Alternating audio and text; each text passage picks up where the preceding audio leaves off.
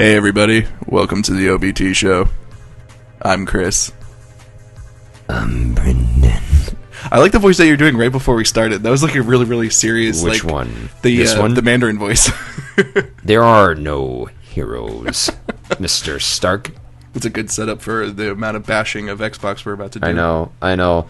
Welcome back, everybody. We haven't we had a new one this past week, right? On Monday. We put one up. We've been recording back to back because I was on vacation for a while up in beautiful Albany, which was a lot of fun.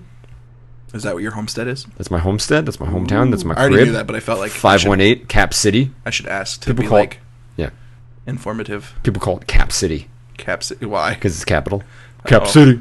That's cool. I heard that from my very white neighbors in suburban Guilderland right outside the city. I heard Cap City. I still hate it when people call Poughkeepsie Potown. It just... Potown does it. It's terrible. I hate it. What are the other nicknames for places around here? New Platts. That's dumb. I love that one. That's so stupid. We have a bunch of dummies. Yeah, that's true. So, but besides geography, how was your trip to Albany? It was good. I got some well-deserved rest. I went to my college reunion. They had some festivities. It was fun. Not my actual year, but I went anyway. Is it possible that you consumed alcoholic beverages? I did, but I was very good. I did not get hangover or get sick. That's a plus. Yeah, it's sad when I'm like, didn't get sick. That's my good night. That's my yardstick for that one. Okay, fair enough. And because I am old now, I'm almost going to be 30, and I can't drink nearly as well as I could when I was younger. And even that was terrible because I'd throw up still, but I would be able to have a hangover that didn't last so goddamn long. Unfortunately for me, my drinking capacity has not diminished. It will catch up to you. It has only increased. I had a hangover, though, Saturday all day. It was an all-day hangover. It started sounds awful. With a headache, but then it was a mild headache, and then my stomach was like gurgly, and literally I didn't feel good until Sunday morning at 9 a.m. My last drink, and I had a few alcoholic drinks thinking I could nip it in the bud on Saturday night, didn't help. It just sort of leveled it. It was almost like taking an aspirin, but a quick acting aspirin that lasted only 5 minutes, and then the headache came back. Literally did not feel good, with my last drink being 11:30 p.m. Friday. I didn't feel good till 9 a.m. Sunday. That's bad. Everything was smelly that was coming out of me, burp and fart. Smelly. Well, that's normal. But no, more so than it should normally be. Oh, okay, maybe it's normal for me. No, you're just a mess. You're just a health mess. No, man, we need to get a doctor here. This is what your problem is. If we ever do a marathon drinking session, just remind me to not come talk to you the following day, because you will either one of two things. Yeah. I will be so sad at your state that I'll try to help you, or B, you will be so mad that I'm so jolly. Well, I think what you need to do is I don't get the hangovers. You need to cut me off at one point and just feed me water. I try to do that with some of my friends. It doesn't really work. It helps me. It helps me more. I don't feel as sick. You know that it's going to be bad. You choose to not want to be bad. Right. And I mean, I can go full steam ahead. I can still drink in that capacity, but then the next day is a nightmare. Hangovers You tried having a beer in the morning? No, because I throw up in the mornings. I'm a boomerang throw-upper. I'm fine. I can go shot, and then go to bed at 3, 4 in the morning, wake up at 10, and then be like, oh, it feels so good. That's not pleasant. But sometimes I'm still drunk, so I'll be 10 to noon, and then 1 o'clock rolls around. 12 to 3 is my danger zone time after drinking, because that's when, if I'm going to throw up, I'm going to throw up that time. Fair enough. So when it gets to 12 or 5, I'm like, sometimes I go, I just got to get it over with. And I finish the job, so to speak. My danger zone is if I start playing video games after I get home. Yeah, I'll get home at 4 o'clock in the morning from going to the bar, and I'll look at my Xbox, and I'll be like, well, fuck this shit. I can play Call of Duty right now. Bad idea. I can play a 5-year-old in China. I'm just sitting there, and I'm holding the controller in front of my face so I can see the buttons that I'm hitting, so I know that I'm hitting the right ones. It's terrible. I wish I had some kind of digital map in my own head of what buttons I was pressing. Google Glass would be fantastic right about now. Yes, exactly. Because I could just use my head. Tell me what I'm doing. And Google can record me when I'm out and about, so I know what I did. Brendan, you're about to get mad at me. Why? Hey, did you hear? You had Google Glass, right? Did I not? You talked about that though. Did I talk about? Oh, when sorry, I played with ruined it. Yeah, go ahead. This is your beautiful setup. Yeah, no. I was just gonna say, E3 happened, but yeah, I know. This is what you always do. You're like, hey, it's Hey, almost like did you you're hear? reading from a script. Did you hear? This big electronic expo happened. Did I not talk about Google Glass when I got to play with it? I think you did. You said it was cool, It was awesome. but it's expensive. I heard it's like a $1,500. Well, it's not even like a consumer item right now. It's just that was like their open world beta, basically. Oh, I don't care. When it's $20, let me know. When it's at CVS and I can buy like 80 of them because I lose my glasses all the time. That's like, can we do another Can I technology? smack you if you say that again? $20. It For will a be piece of $20. technology.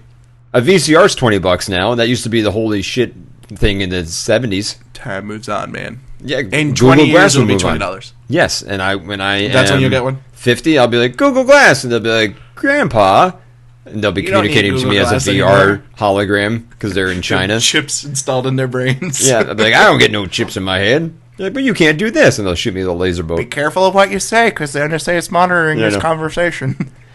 God. But anyway, what you were saying, there was a big time expo, wasn't there, Chris? Hey, did you hear? Hey, did you? Hey, guess what? Hey, guess what? E3's here. Woo! E3, we're gonna just so you listeners out there know, we're gonna split this bad boy into two. We'll do, Which I think it does it the right deserves amount it. of justice. Yeah, so there's we'll so much information. and we'll keep it to our normal, half-hour range, like we try to, Yeah. so that you don't get bored. That was our big critique from our one super fan. Keep Shout it out short to and Peter. simple. Shout out to Pete. Keep it short and simple. The hour long wasn't doing it for him, and since he's the only one giving us feedback. Well, Skylar also agreed, but at the same time, he liked the hour-long ones Yeah. because he's listening at work. So shout out to Skylar. What's up, dude? Well, this just means we'll just pump out random half-hour bad boys. Pump them out hard. It's Hot. So E3, boom. We're going to focus. what happened at E3. Part one will be our discussion about PlayStation 4 and Xbox One, and then we're What going are to get those? into... Those are something called a video game Oh, okay, system, cool. All right, Christopher. thank you for catching me up. So that's going to be our part one, and then part two will be the games. What's that? Stop it. You know more than this, Chris. I've told you 1,000 times. Have I'm confidence asking in the yourself. questions that the people are asking. Listen, if they're listening to this, they have a good idea. They have they know what's going on. It's not like my mom listens to this. My mom listens to my other radio show, not this one. Shut up, Mom. Shout out to my mom that doesn't listen. Whatever, Mom.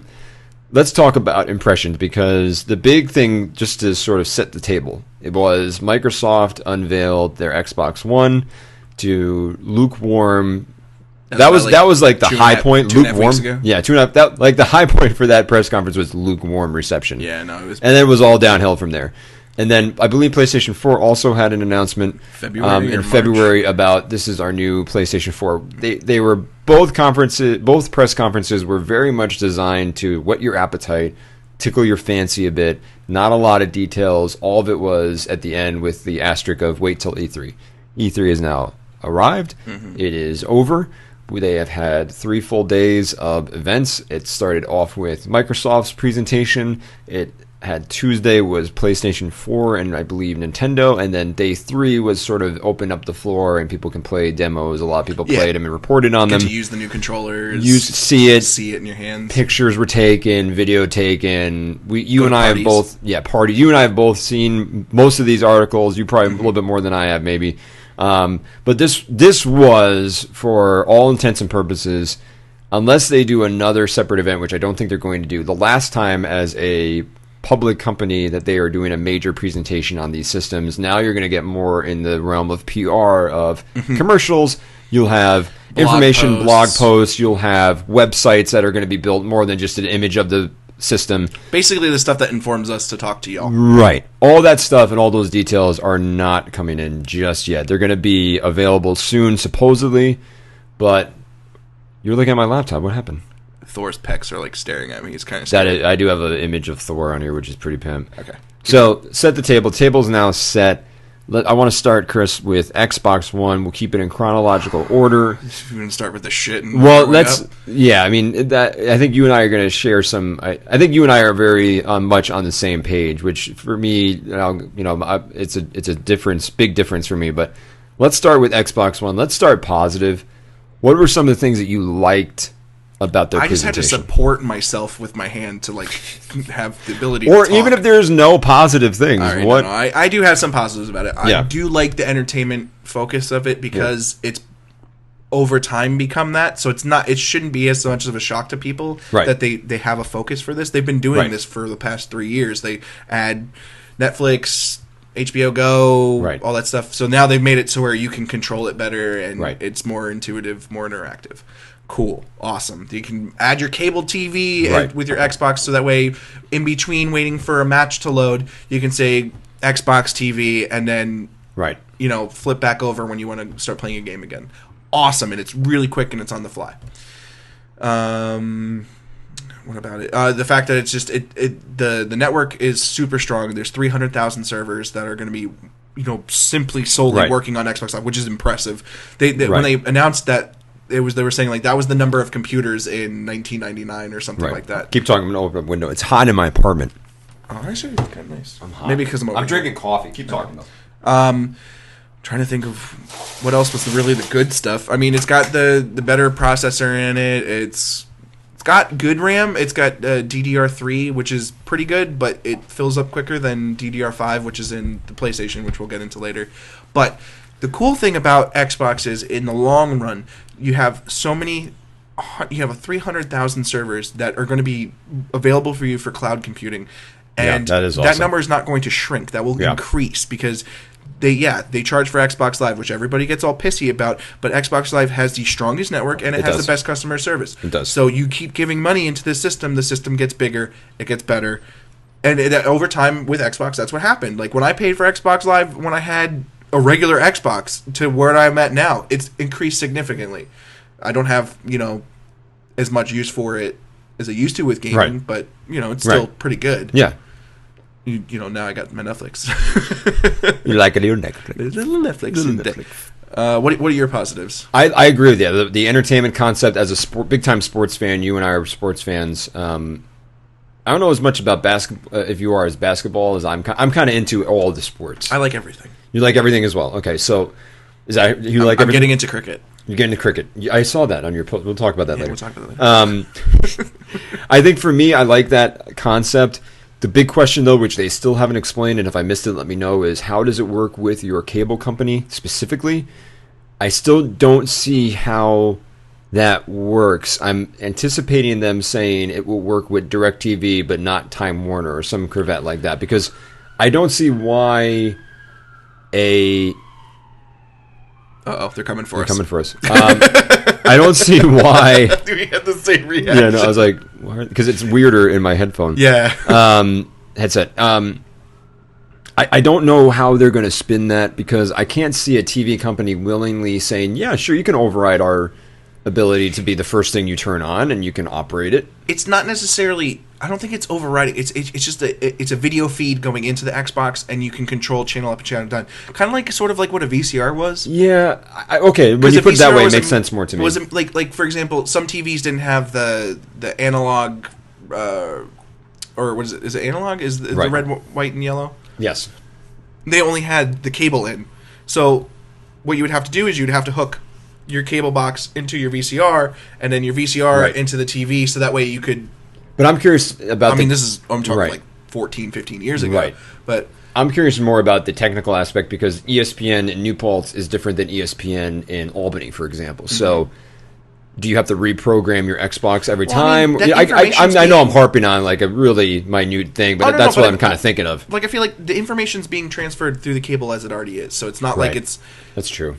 I think it's just, instead of it going your cable box to your TV, it'll go cable box to Xbox. Now, if you don't have HD, do you transfer up to HD by going through your Xbox? Because your Xbox is HD connected to your TV? No, it's just whatever comes through the feed. Okay.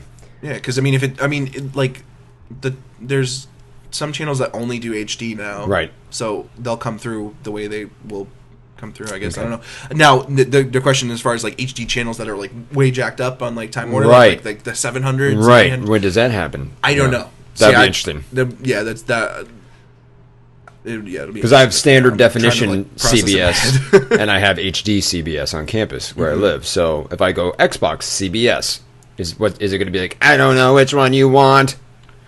I don't know. So that's one thing. But overall, I think learning curve. I think it's a positive thing, though. I think that's cool. The ability that's merging the NFL with and sort of that they're going to unveil a few things that are going to be connected via exclusively the Xbox One. That was kind of cool. Yeah, you can pop up your sports stats, your but I think scores, stuff like that. The impression I got from the initial Xbox One conference was that there's more to come that the NFL is going to release and they're going to do specialized content. I'm picturing that. So, and we've said this before. The main gist, if you had to boil it down, Xbox wants your living room and everything in it. PlayStation 4 wants to still just be your gaming system. It doesn't want anything more than that. That would be the big difference. So, for me, and then I have to say that I was neutral about the games, and we'll talk about the specifics, but as far as Xbox Live goes, I think I liked the presentation and I liked the potential. I just don't like the execution of the system and the presentation of the system overall. I mean, we have to get into the cons, which Go is right ahead. Always online. Right. It's not always online. For the people that still keep asking me daily about like this, it's once every 24 hours it has to connect to Xbox servers. Which just say it's online. Then that's just dumb. It's essentially what it's saying is they need to like send updates or system checks, stuff like that. It's just I mean essentially to keep the network running smooth and cut out any hampering. Yeah, which is fine. Yeah, but at the same time, this sucks for people that don't have internet. It does. It sucks a lot, and I think that is. It's disappointing that they haven't had a better option because military families don't have internet on military bases. Mm-hmm. So you're cutting out all the military folks, which is just a shitty PR move if you're Microsoft. Oh, that's me. I'm sorry. That was my phone. But just I like radio. So that's one aspect of it. Chris almost spit up. Spit water everywhere. So that's disappointing. The no online all the time. And, we can talk about this. The fact that your Kinect is a live microphone in your living room. They've said that you can turn it off. I don't give a shit. I would... It's still the concept that if I don't specifically turn it off, I don't like it. Okay. Well, I'm just saying... Was that one of your other cons, or no? Were you done with that one then? No. I mean, yeah, it sucks, but at the same time... You can turn it off. So that one's just like a mute. Point at that one. I think I don't like the fact that I even have to deal with it at all. Mute. Mute. You said mute. And I was like, I am in control of your microphone. I can mute you. You cannot mute me, the muter. If I throw water on your device, it'll mute But then everybody. we just have no podcast. But what other cons are you talking about? What do you want to discuss? The blatant disregard for gamers. Explain. They've come out and basically said, this is Microsoft executives have said that if you don't have internet, tough, keep your 360. Yeah. I mean, and not the exact way I'm saying it. No, the exact way they said it was, we have a system for those without an internet. It's called Xbox 360. And that's talking to us like we're stupid. Yeah. And then as far as like trading games, they want to put a control on it. I'm torn on this because half of me understands why they want to do it because it protects game companies from which we've been watching year by year crap out, lose money because they can't gain enough revenue, and want to know why? Because everyone's trading in their games. Yeah. Here's the thing. Their game value goes down half in a month. Well, the problem I have with that, and I agree with you that it's a tough situation. The problem I have is with Microsoft's basically punting the decision to the developers, saying, we're not going to take in any revenue. But if you, say, for example, EA wants to install something on your discs that make it where you are charged for another rental or for a used game, we'll support that. Either be for it or be against it. Well, they have controls set in, like where you can only trade a game with a friend that's been on your friend list for like 30 days. They have their own internal controls, but they've kind of punted on the used games altogether by saying we're not going to make it where you can't play used games. They're saying like you can only buy and sell them at Microsoft supported locations, which hopefully will support. Yeah, they like I missed that one. Like GameStop would be one, but what about the small comic book shops that also do video games? Like what about like the independent? What's the one that's over in October Circle? Dragon's Den? Oh, Dragon's Den. Dragon's Den does that. I mean, you're going to have a market then of just their market will be retro gaming. It will no longer be able to support unless you're buying new. They'll probably still stock new PlayStation games because PlayStation's available. Right, you could do PlayStation 4, but I think any Xbox One game will all be new that you can buy. So you can't buy used. But I mean, it also calls into question what happens with Redbox and services like that, rental services. Are you going to be charged by EA every single time you want to try one of their games because they're going to assume that you are buying it? So then you're going to be charged a Redbox fee on top of a EA fee, on top of an Ubisoft fee? Games that come from rental services have to be specially encoded so that way it's considered a rental and it's already paid for. I'm sure they're working on that. Like if you were to play something that has online features where you're going to play multiplayer and stuff like that, I'm sure you have to, even if you rent something, you're still going to have to pay for a pass. Like if you rented Madden, you have to pay to go online with that, I'm pretty sure. Like, because I know I had to pay a fee for NHL 2011. Oh, if you want to do online, but if you just want to play it straight up, like I have no friends online. Yeah. So I don't care. I slipped in that sadness. It's really nice. We'll never do it again. High five. Yay. Okay. So that's all right. So that's one con, the used games. What other cons do you have with them? If at all.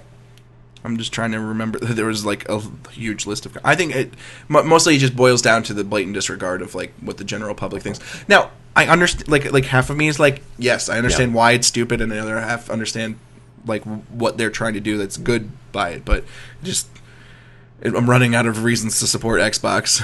It's tough. I mean, and then once we start talking about PlayStation, it'll explain why. It'll explain why. But I think overall the Xbox One is sort of like in my mind, a Lamborghini, where it looks pretty, it's got a ton of cool features, but I don't think it's good for day-to-day use, and will kill me in the long haul if I try to use it too hard. Where that's PlayStation 4, very good comparison. Well, PlayStation 4 is like a Toyota Corolla. It's not super fancy. Whoa. A nice Toyota Corolla. A nice Toyota Corolla. I love my Toyota Corolla. I'm going to say it's like a souped up sports car. No, because you're mixing man, because it's coming from it's Japanese, so it's a tuner. Right. It's an import. All right. It's all nice looking and it's shiny and it's loud. Yes, but and it's somewhat durable. Yeah, it's durable, and I could take it out in the winter. If you got to replace the fender a few times, it's fine. It's because you had it too low. So let's talk about PlayStation 4 then. What were your positives about PlayStation 4? They did pretty much everything right that they were supposed to when releasing a video game system, appealed to their market, and give me a couple passionately. Okay. Well, they came right out and just said like you can do whatever you want with your games. Right.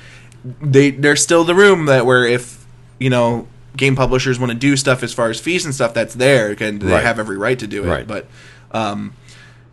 they're making sure that you can give your game to whoever you want to. Like, awesome, great first start. Right. The system hardware, nice and strong. Like a little bit better as far as the RAM goes. That's really the only thing that gives it the leg up on Xbox. So yeah, you built a good system and you put it together well, and you're selling it at a good price point. So what's the difference between RAM? Just to make it clear. They both have 8 gigs. It's newer versus older. Like they have the newer DDR5, and then Xbox has older DDR3. It's just a matter of how well it processes information. Now I forgot my what else I was going to say. Sorry, I'm also pulling up IGN for just in case we wanted to analyze. I was talking about used games. Talking about it was a good system. Okay. No. The point I was going to get to the price point, because when PlayStation 3 first came out, it was $600. Yeah. PlayStation 4 is coming out. They fucking learned their lesson. $400, and everyone went hooray! Xbox has one price of $499, and there's even tiered pricing for what type of PlayStation you want. Like you're buying a computer. I think that you can buy a $499 version if you want.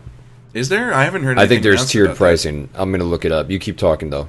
Yeah, as far as I knew, there was only the one, because there was the one hard drive size. Because a lot of stuff they want people uploading into the internet, into the cloud. Right. I thought that there was multiple versions like they have. I'm just going using my fancy computer. They made the controller a little bit nicer. It's got a new little touchpad on it. It's still stupid. It's still got the D-pad where the thumbstick should be because Xbox has the best controller. Flat out. Yeah. Customers to US pay $4.99 for an Xbox One, $3.99. I was wrong. I thought that they were going to have like more memory or something. One like they kind of did that. Didn't they do it on PlayStation 3, like an expanded one, or no? I think later on, like when they released new ones, but it wasn't like not right away. Xbox when it first came out had a tiered. It was like the 10 gig or the 20 gig Pro. And that's what I'm thinking of. If there's any pricing that they're going to do that, maybe they will. Maybe they'll announce that. I mean, I'm sure that there'll be a point where they're going to put more. But I mean, solid state memory is not going to be the big focus anymore. It's all going about like having your information floating around in the big floaty cloud. In the cloud. What do you think they did right? I think what they did, price point, definitely right. Used games, right. The focus on just fun games in general, they had a much more livelier, I think, much more gamer focused. I read a couple articles where it was asking the question: does Sony want to be the last real game system? And I think the answer is yes. Mm-hmm.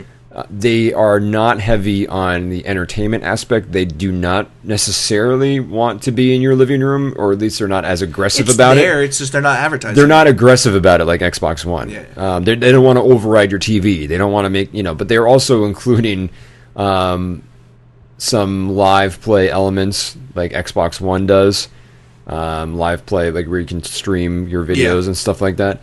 I forgot to say that about Xbox. Yeah, that was the plus. I think Xbox has a better system. Yeah, well, it's Skype.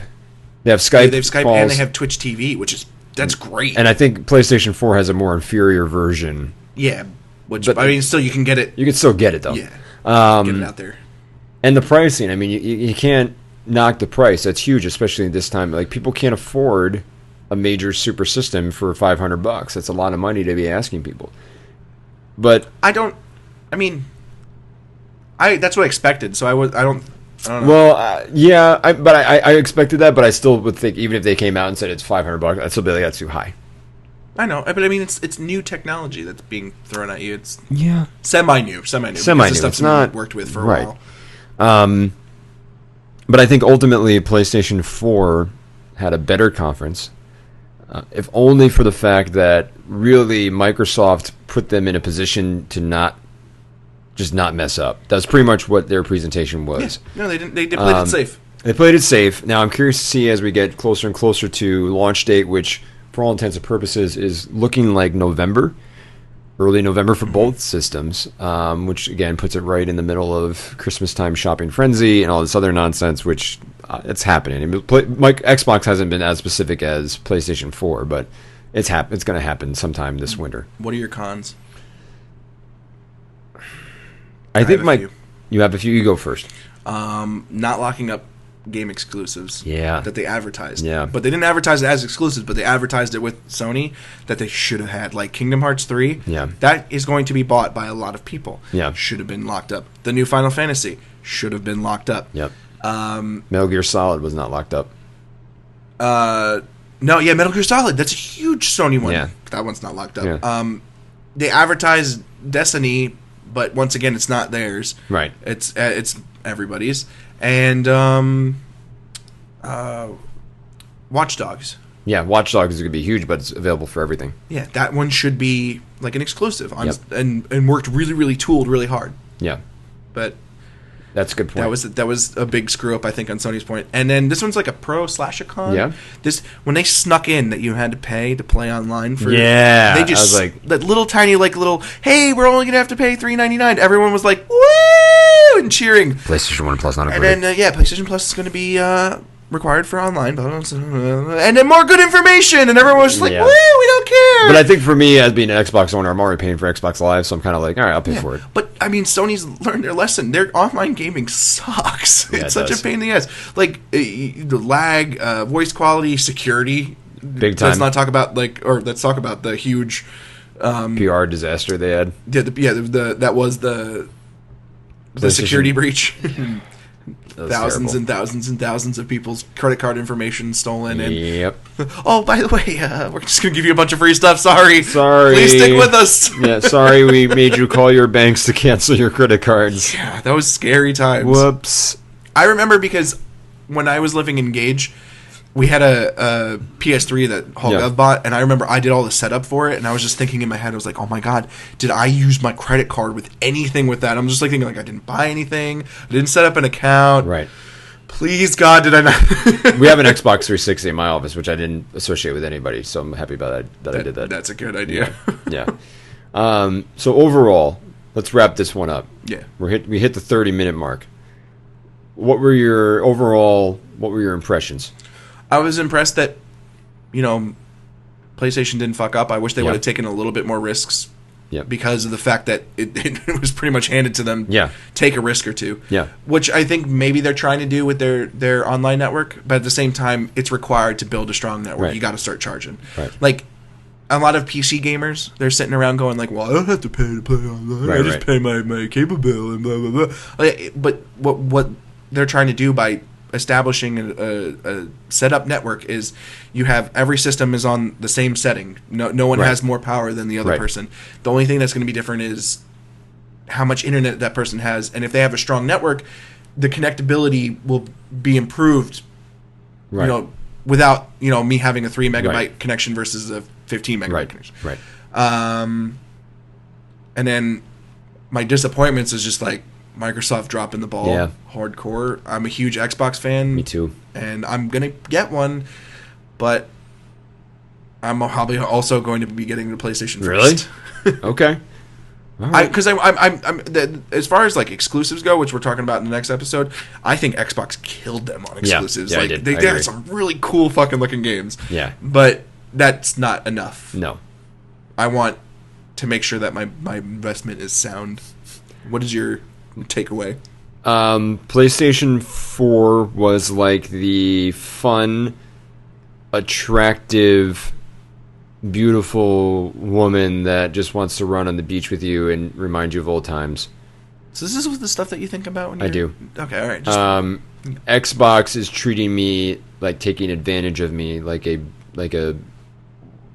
bitter wife. It's a prison scene, and it's not pretty. No, they're taking advantage of my love. They're taking advantage of my commitment. They're lying to me, and I don't like it. And they're making me pay money to make them happy. Mm-hmm. And maybe it makes me feel sad. Did I get really deep on that one? Kind of, sort of. Yeah. I feel it. I got all the feels. I understand the business part of it. The more money you put into the machine, the better the machine runs. Sometimes. True. So quickly, what did you learn today on this pod? What did I learn on this pod? I got to peek into the mind of Brendan and his analogies when he's watching things. Do you come up with these analogies now, or are they happening while you're watching it? You're just like... I just come up with them now. Okay, good. All right, good. Because, I mean, if you're thinking about girls during video games, I'm going to smack you. No. There's a specific time to think about girls. That's after video games. Or girls in video games. Or girls before video games. What I learned... Or girls when you're eating. What I learned is that... Or girls when you're Chris not eating. Pretty much thinks about girls all the time. Follow us on the OBT Show, at OBT Show on Twitter. We are on email, theobtshow@gmail.com if you have any questions, comments. My name's Brendan. My name's Chris. See you soon. Wait, people are going to ask us questions? Bitches.